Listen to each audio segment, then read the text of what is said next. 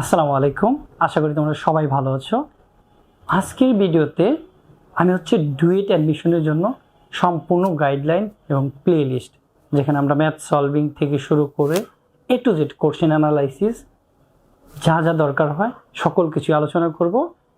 আমাদের এই সিরিজে থাকবে ডুয়েট সম্পূর্ণ প্রস্তুতি, যেটা ডুয়েট ভর্তি প্রস্তুতি বলি আমরা। অবশ্যই সেটা থাকবে আমার ডিপার্টমেন্ট সিভিল ইঞ্জিনিয়ারিং ডিপার্টমেন্টের জন্য। সো এই সিরিজটা শুরু হচ্ছে যারা এখন ডিপ্লোমাতে আসো এবং তোমরা ডিপ্লোমাতে সিভিল টেকনোলজিতে পড়াশোনা করতেছো, তাদের জন্য এ টু জেড কোন কোন জিনিস পড়তে হবে, কোন প্রশ্ন পড়তে হবে, কীভাবে ম্যাথ সলভ করতে হবে, যত প্রকার প্রবলেম আছে সকল কিছুর সলিউশন আমরা এই সিরিজের মধ্যে এই প্লে লিস্টে দেওয়ার চেষ্টা করব। ওকে, আমাদের সিভিল ইঞ্জিনিয়ারিং বা আমরা ডুয়েটে যারা পরীক্ষা দিয়েছি ভর্তি পরীক্ষা এবং তোমরা যারা দিবা, প্রত্যেকের জন্য দুইটা করে কিন্তু পার্ট থাকে। একটা হচ্ছে ডিপার্টমেন্ট আর একটা হচ্ছে নন ডিপার্টমেন্ট, রাইট? সো একটা থাকে প্রথমে নন ডিপার্টমেন্ট, যেটাকে আমরা বলি ফার্স্ট পেপার, আর সেকেন্ড পেপার যেটা টেকনিক্যাল টার্ম বা টেকনিক্যাল পার্ট বলি আমরা। সেকেন্ড পেপারে কি থাকে? সেকেন্ড পেপার মানে যার যার টেকনোলজি অনুযায়ী, যার যার ডিপার্টমেন্ট অনুযায়ী সেই প্রশ্নগুলো কিন্তু থাকবে।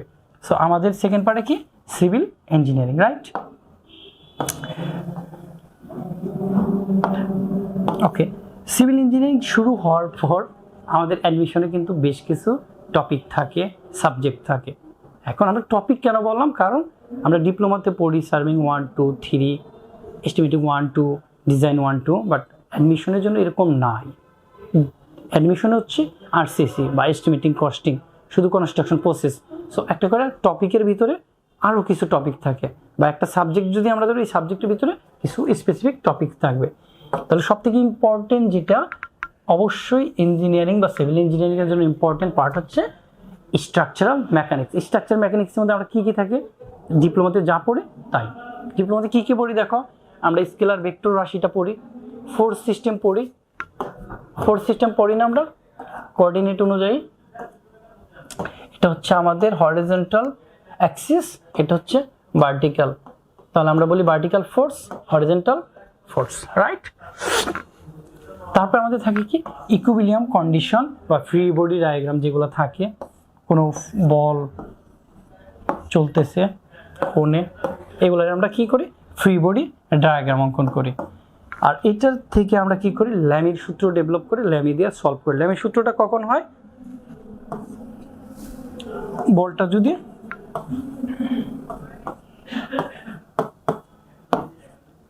আর হয় এবং তাদের মধ্যে যদি কোণ থাকে আলফা, বিটা আর গামা কোণ, তখন আমরা ল্যামির সূত্রটা বসাইতে পারি। তোমরা ল্যামির সূত্র জানো সবাই? হ্যাঁ, সূত্র জানো না, ধরে নিচ্ছি জানো না। আমরা যখন ম্যাথ সলভ করব চ্যাপ্টার ওয়াইজ, অধ্যায়ভিত্তিক ডিপার্টমেন্ট অনুযায়ী, তখন কিন্তু আমরা ওইগুলো করে ফেলবো। তারপরে কি থাকে? আমাদের ফ্রিকশন থাকে, সেন্ট্রয়েড এবং সেন্টার অফ গ্র্যাভিটি। আর একটা ইম্পর্টেন্ট টপিক যেটা থাকে সেটা হলো মোমেন্ট অফ ইনিশিয়া।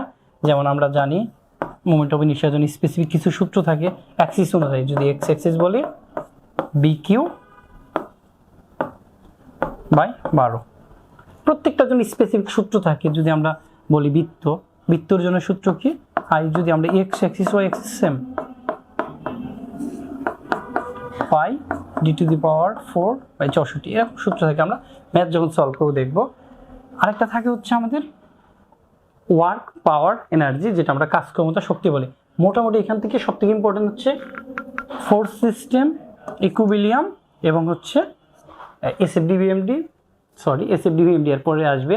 এসএফডি-ভিএমডিতে আমাদের স্ট্রাকচার মেকানিক্স আছে ডিপ্লোমাতে, বাট এসএফডি-ভিএমডিটা ধরা হয় পরে, থিওরি অফ স্ট্রাকচার, যেটা এখানে নাম স্ট্রেংথ অফ ম্যাটেরিয়ালস, এরপরে আমরা দেখব। তাহলে আমরা এখান থেকে পড়বো কি? ভরকেন্দ্র, যেটা আমরা বলি সেন্ট্রয়েড বা centre of gravity, moment of ইনিশিয়া, আর আমাদের ফোর্স সিস্টেম।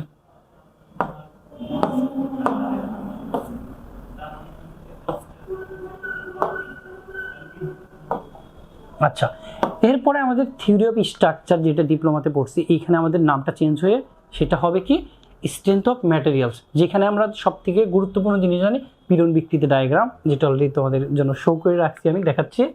তারপরে আমরা পড়ি হচ্ছে মেকানিক্যাল প্রপার্টিস অফ ম্যাটেরিয়ালস। আমরা দেখি না কাউকে প্রেশার দিলে কি হচ্ছে, কারোর থেকে টেনশন করলে কি হচ্ছে, বাড়তেছে কি কমতেছে, পীড়ন বিকৃতি যে ব্যাপারগুলো সেটা। আর সবথেকে ইম্পর্টেন্ট যেটা, সবথেকে ইম্পর্টেন্ট বলতে ওপেন সিক্রেট, যেটা থেকে আমাদের প্রশ্ন আসবে এবং আসে প্রত্যেকবার, SFD and BMD diagram, right? এটা কিন্তু সবসময় আছে। এই এসএফডি বিএমডি থেকে কি পাচ্ছি আমরা? ভির মান পাচ্ছি, যেটা হচ্ছে শিয়ার। আর বিএমডি থেকে পাচ্ছি আমরা moment, maximum moment.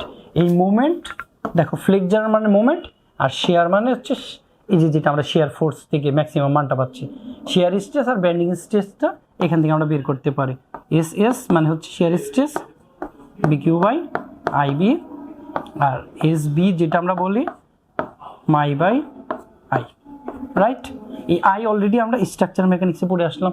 Moment of ইনিশিয়া, মোমেন্ট দেখো এসএফডি পিএমডি থেকে পাচ্ছি, শেয়ার পাচ্ছি শেয়ার মানে এসএফডি থেকে।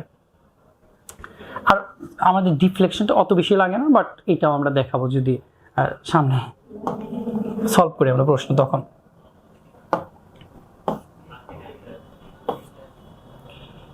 আচ্ছা, এরপরে আমাদের টপিকসটা আছে সিভিল ইঞ্জিনিয়ারিং ম্যাটেরিয়ালস। অবশ্যই সিভিল ইঞ্জিনিয়ারিং ম্যাটেরিয়ালস, আমরা অন্য ম্যাটেরিয়ালসগুলো আলোচনা করব না, বা আমাদের অ্যাডমিশনেও স্পেসিফিক সিভিল ইঞ্জিনিয়ারিং রিলেটেড যে ম্যাটেরিয়ালস আছে, অ্যাগ্রিগেট, সিমেন্ট, স্যান্ড, তারপরে খোয়া বলো, সব কিছু, টিম্বার, সকল কিছু আমাদের কিন্তু ম্যাটেরিয়ালস। স্টিল, তাহলে কি থাকে প্রথমে? বিগ মানে ইট থাকবে, আমাদের অ্যাগ্রিগেট থাকবে, যেটা বালির এফএম এর অঙ্ক কিন্তু সবাই করেছে কম বেশি।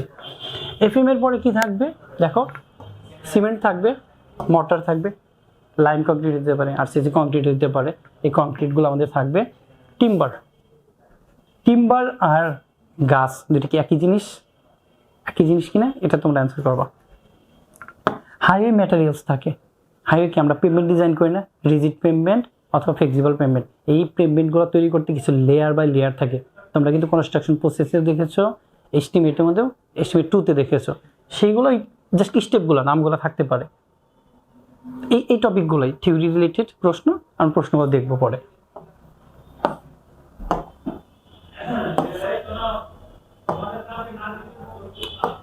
এরপর আসতেছে হচ্ছে সার্ভিং। আমরা কিন্তু ডিপ্লোমাতে সার্ভিং করি কয়টা? 3টা, রাইট?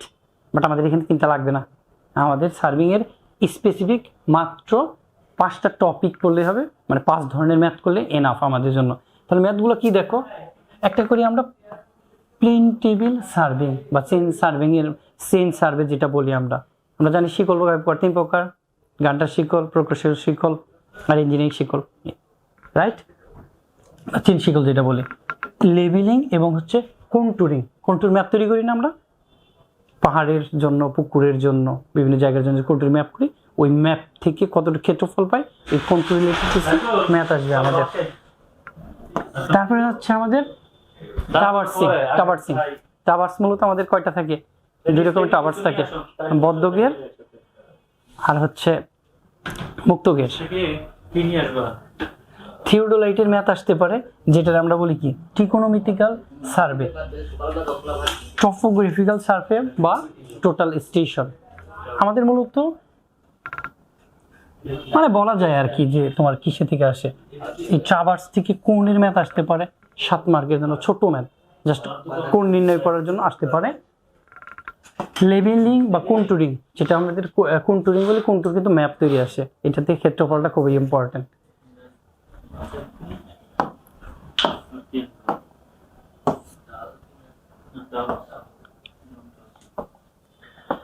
ওকে, এরপরে আমাদের যেহেতু সিভিল ইঞ্জিনিয়ারিং একটা পার্ট হচ্ছে পানি, ওয়াটার, যেটা আমরা বলি হচ্ছে ওয়াটার রিসোর্স ইঞ্জিনিয়ারিং, তাহলে সেখানে আমাদের দেখো কি ইম্পর্টেন্ট, ফ্লুইডের বিহেভিয়ার, কি টাইপের ফ্লুইড, তার যে আপেক্ষিক গুরুত্ব যেটা বলি আমরা সেটার।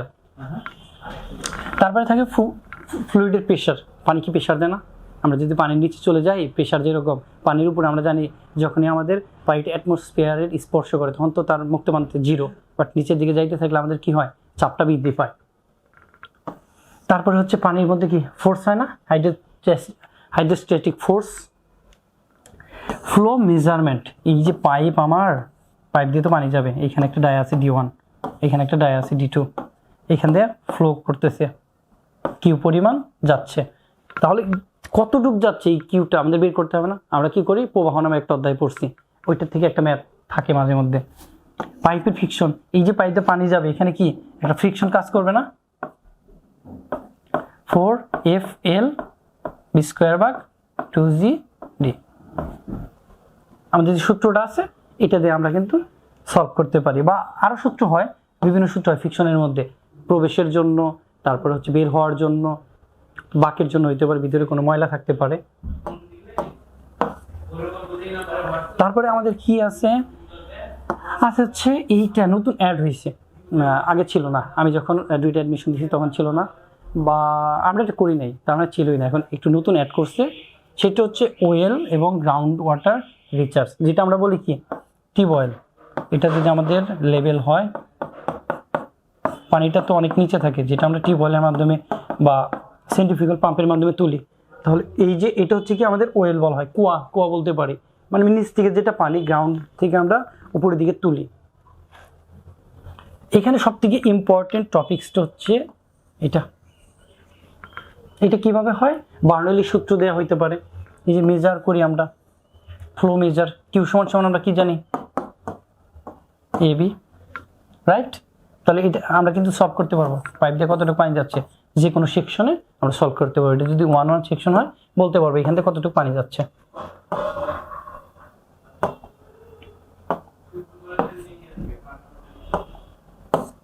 ওকে,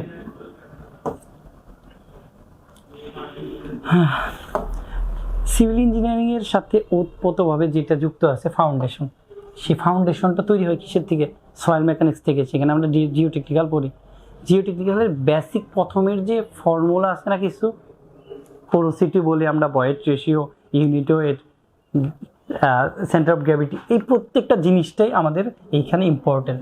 দেখো প্রথমে কি আছে, প্রথমে আছে আমাদের ইন্ডেক্সগুলো, সয়েলের বিভিন্ন ইন্ডেক্স থাকে, প্লাস্টিসিটি ইন্ডেক্স, লিকুইড লিমিট থাকে, সিঙ্কুয়েন্স লিমিট, ওই লিমিটগুলো, ওই নামগুলো বা ওই ইউনিটগুলো প্রথমে আসতে পারে আমাদের। তারপরে পারমিয়াবিলিটি বা শিপেজ, এটা যদি আমাদের মাটি হয় আর এখানে যদি আমাদের পানি থাকে,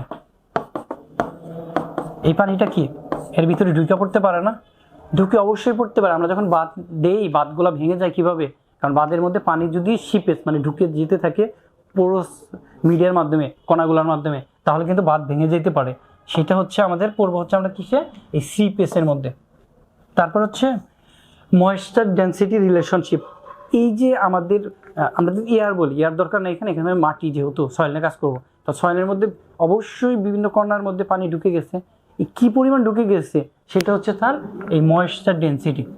আর টোটাল অ্যান্ড ইফেক্টিভ স্ট্রেস, এটা ওরকম ইম্পর্টেন্ট, এটা হচ্ছে 2টা চান্স পাওয়ার পরে বা আন্ডার গ্রাজুয়েটের চান্স পাওয়ার পরে, এটা খুবই ইম্পর্টেন্ট।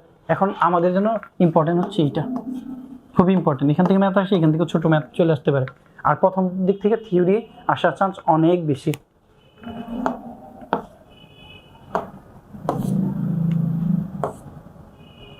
ওকে, তারপরে আমাদের কি আছে, আরসিসি, যেটা আমরা ডিজাইন নামে পড়ি, ডিজাইন 1, 2, বাট এখানে ডিজাইন 1, 2 নাই, শুধু এখানে আরসিসি বা রেইনফোর্স সিমেন্ট কংক্রিট।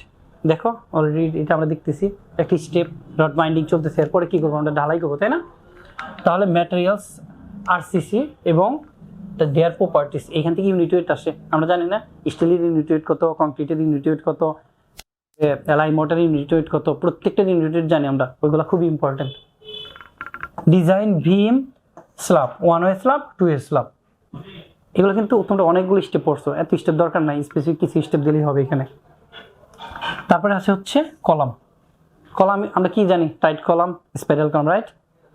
এটা আসতে পারে জাস্ট তার ফোর্স বের করা, টোটাল কি পরিমাণ ফোর্স নিতে পারে একটা কলাম কিনে অ্যাক্সিয়াল ফোর্স নেয় নাকি হচ্ছে ল্যাটারাল ফোর্স নেয়, অবশ্যই অ্যাক্সিয়াল ফোর্স নেয়। কিন্তু স্টিয়ারটা এরকম ইম্পর্টেন্ট না আমাদের জন্য, বাট সিলেবাসে আছে স্টিয়ার। তারপরে আছে গ্র্যাভিটিয়ান আরসিসি রিটেনিং ওয়াল, এটাও এরকম ইম্পর্টেন্ট না, আমাদের হচ্ছে স্ল্যাব। এখানে ইম্পর্টেন্ট জিনিসগুলো কি, কলামস, স্ল্যাব, বিম। আশা করা যায় এইখান থেকেই, এই তিনটা টপিক থেকেই যে কোনো একটা ম্যাথ আসবে, এখান থেকে ম্যাথ আসবে। আর ইউনিটেড যদি আসে এস্টিমেটিং কস্টিংয়ের সাথে মার্চ করে ইউনিটেড আসার চান্স আছে। তা না হলে এই যে কোনো তিনটা টপিক থেকে একটা ম্যাথ আসবে বা আসে।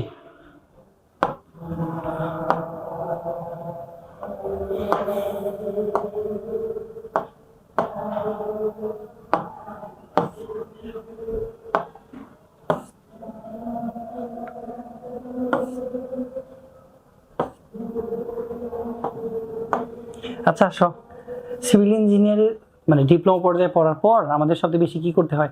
সবাই বলে না আমাদের কয়টি ইট লাগবে, বালি লাগবে, কতটুকু কি লাগবে বের করে দাও। তাহলে বের করার জন্য কি এস্টিমেট করা লাগে। মানে যেটা আমরা বুঝি যে সিভিল ইঞ্জিনিয়ারিং মানে হচ্ছে ইট, বালি, সিমেন্ট, এগুলো হিসাব টিসাব করতে না। তাহলে অবশ্যই দেখো কি করতে হবে,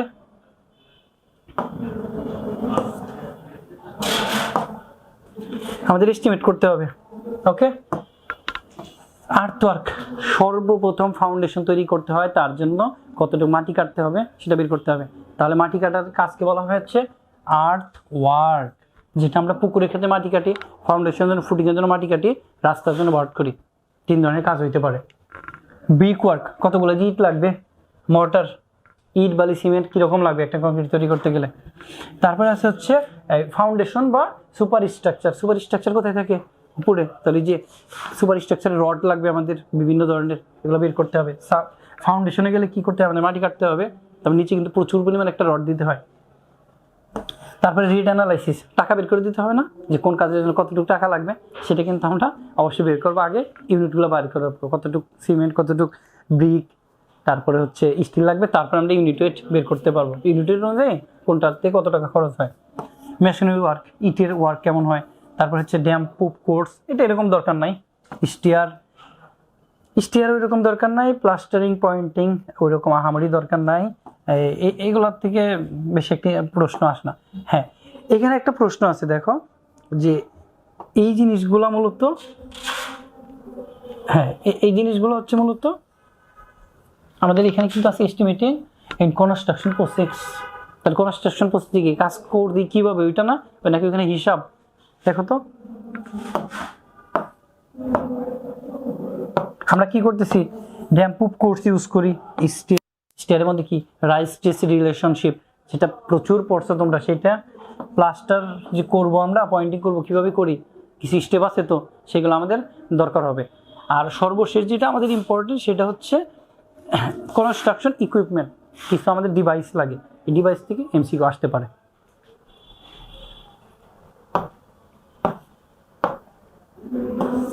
ওকে, এখন যেটা আলোচনা করতে যাচ্ছি সেটা হচ্ছে আমি তোমাদের জন্য আমাদের যে ডিপ্লোমার সিভিল ইঞ্জিনিয়ারিং ডিপার্টমেন্টের যে বিগত সালের কোশ্চেনগুলো আছে সকলগুলো একটা অ্যানালাইসিস ফরমেশন দেখাইতে যাচ্ছি।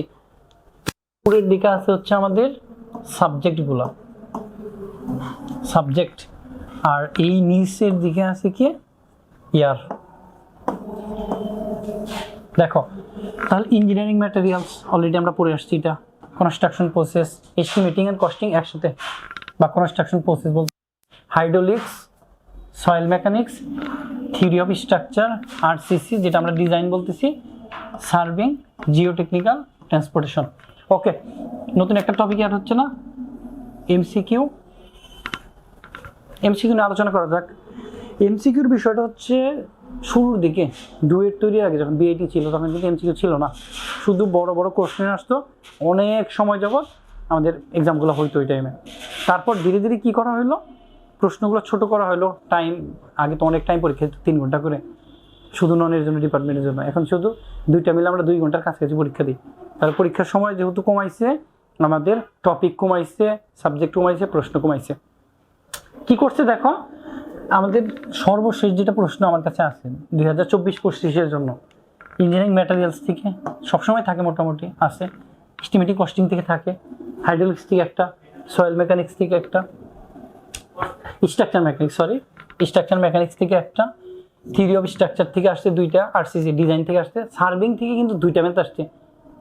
একটা হচ্ছে তোমার ত্রিকোণমিতিক যে জরিপ আছে, আমরা যে কোণের মাধ্যমে কোনো কিছুর উচ্চতা বের করতে পারি, সেটা আসছে। আর ট্রাভার্সিং, যেখান থেকে আমরা কোণ বের করতে পারি। জিও টেকনিক্যাল থেকে একটা ম্যাথ চলে আসছে প্রথম অধ্যায় থেকে। ট্রান্সপোর্টেশন থেকে ওইরকম প্রশ্ন বেশি একটা আসে না আমাদের। প্রত্যেকবার সাল অ্যানালাইসিস করে যেটা দেখা গেল, ইঞ্জিনিয়ারিং ম্যাটেরিয়ালস থেকে প্রত্যেকবার একটা করে প্রশ্ন কম্পালসারি থাকে। শুধু ভুল ক্রমে এইটা আসে নাই একবার, এই প্রশ্নটা কি করছে, মার্চ করে দিয়েছে। ইঞ্জিনিয়ারিং ম্যাটেরিয়ালসের এস্টিমেটিং কস্টিং থেকে হচ্ছে ইউনিট ওয়েট দিয়ে দিয়েছিল, এই টাইপের প্রশ্ন। তাছাড়া প্রত্যেকবারই থাকে। আর 2টা করে প্রশ্ন যখন দেখতেছ, বালির এফএম চলে আসে, ম্যাথ নির্ণয়, বালির এফএমের ছোট্ট ম্যাথ আছে, ওগুলো চলে আসে। অথবা একটা করে থিওরি থাকে যে সিমেন্টের কম্পোজিশনগুলো কি, তারপরে হচ্ছে বালির কম্পোজিশনগুলো কি, বালি বলতে আমাদের যে ইট তৈরি করতে সয়েলটা লাগে, ওই সয়েলটের কম্পোজিশনগুলো কি কি থাকে। ওকে, এস্টিমেট থেকে নর্মালি কি আসে, পুকুরের অঙ্ক আসতে পারে বা কাজের পরিমাণ, আমরা যেটা করি 1:2:3 অনুপাতে কাজ করি, ওগুলো আসতে পারে। হাইড্রোলিক্স থেকে আমরা তো আলোচনা করে ফেলছি, ওইখান থেকে একটা প্রশ্ন সবসময় আসে। কিন্তু এই যে পরের দিকে আমরা যখন যাচ্ছি, দেখো প্রশ্ন কিন্তু 2টা করে আসছে, বা এরপর আরো 2টা করে আসছে। স্ট্রাকচার মেকানিক্স, এটি ইম্পর্টেন্ট থাকবেই। থিওরি অফ স্ট্রাকচার, এদের মধ্য থেকে প্রশ্ন মাস্ট আছে। দেখো 2টা 3টা 2টা 3টা করে আছে, 2টা 2টা 3টা 2টা 2টা 2টা 3টা। এদের মধ্যে প্রশ্নের একদম পাহাড় তৈরি করে ফেলবে। প্রচুর প্রশ্ন পাবা এখান থেকে। এসএফডি বিএমডি পাবা, শেয়ার স্ট্রেস, বেন্ডিং স্ট্রেস, তারপরে শেয়ার ফোর্স বেন্ডিং এর ডায়াগ্রাম তো তুমি আর্ট করলাই। এখান থেকে আবার কি করা যায়, তোমার এই যে ভরকেন্দ্র আসতে পারে, তারপরে হচ্ছে আমাদের আর কি আসতে পারে, ফিকশন কিবোর্ডে আসতে পারে, আসবে এখান থেকে মাস্ট। এরপরে আরসিসি দেখো নর্মালি মিস যায় না, তারপর আগে অনেক বেশি আসতো, এখন মাঝে মধ্যে যে মিস চলে গেছে। এখান থেকে কি আসে, হয় স্ল্যাব, বিম অথবা কলামের জাস্ট একটা ফোর্স নির্ণয় বা ডিজাইন করতে আসতে পারে। সার্ভিং থেকে দেখো লাস্ট 2 টার্মে কিন্তু 2টা করে প্রশ্ন আসছে, তা না হলে আবার মাঝে একটা করে প্রশ্ন আসছিল, আবার 2টা করে প্রশ্ন আসছে। জিও টেকনিক্যাল থেকে লাস্ট 2 টার্ম আসছে এবং বলা যাচ্ছে প্রত্যেকবারই আসবে, আগে এরকম আসতো না। ট্রান্সপোর্টেশন থেকেও খুব একটা প্রশ্ন আসে না।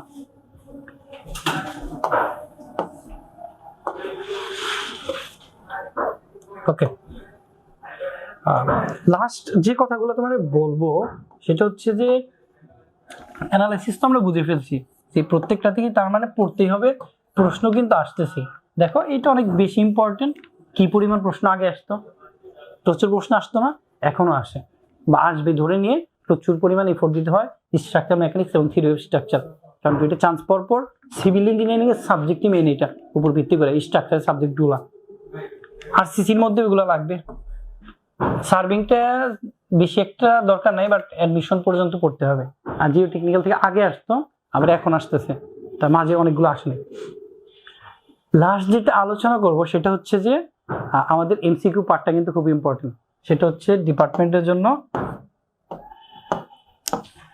আমাদের ডিপার্টমেন্টের বা নন প্রত্যেকের জন্য 40% এমসিকিউ থাকবে। ননের জন্য 40%, 40% হচ্ছে ডিপার্টমেন্টের জন্য। এইখানে 40% বলতে কি, আমাদের ডিপার্টমেন্টের টোটাল মার্ক কত, 150। এমসিকিউ থাকবে হচ্ছে 60 মার্ক। আর হচ্ছে আমাদের যেটা লিখিত থাকে, আমাদের যে কোশ্চেন, বড় কোশ্চেন যেটা বলি আমরা, এই কোশ্চেন থেকে থাকতেছে হচ্ছে 90 মার্ক। তার মানে এমসিকিউ বাদ দেওয়ার কোনো অপশন নাই, প্রচুর পরিমাণ এমসিকিউ পড়তে হবে। এমসিকিউ 30টার মতো থাকবে, যেটা এমসিকিউ থেকে আমাদের 60 মার্ক খুব সহজে ক্যারি করা যায়। আরেকটা কন্ডিশন অ্যাড করি, সেটা হচ্ছে যে এমসিকিউ কিন্তু আলাদাভাবে 35% মার্ক পাইতে হবে, এটা পাস মার্ক। পাস না করলে কিন্তু খাতা দেখবে না। ডিপার্টমেন্ট এবং নন ডিপার্টমেন্টের এমসিকিউ টোটাল যে আমরা দেখতেছি 40%, এখানে আমাদের 60-এর মধ্যে ডিপার্টমেন্টের জন্য 35% অবশ্যই পাইতে হবে, ননের জন্য 35 পাইতে হবে।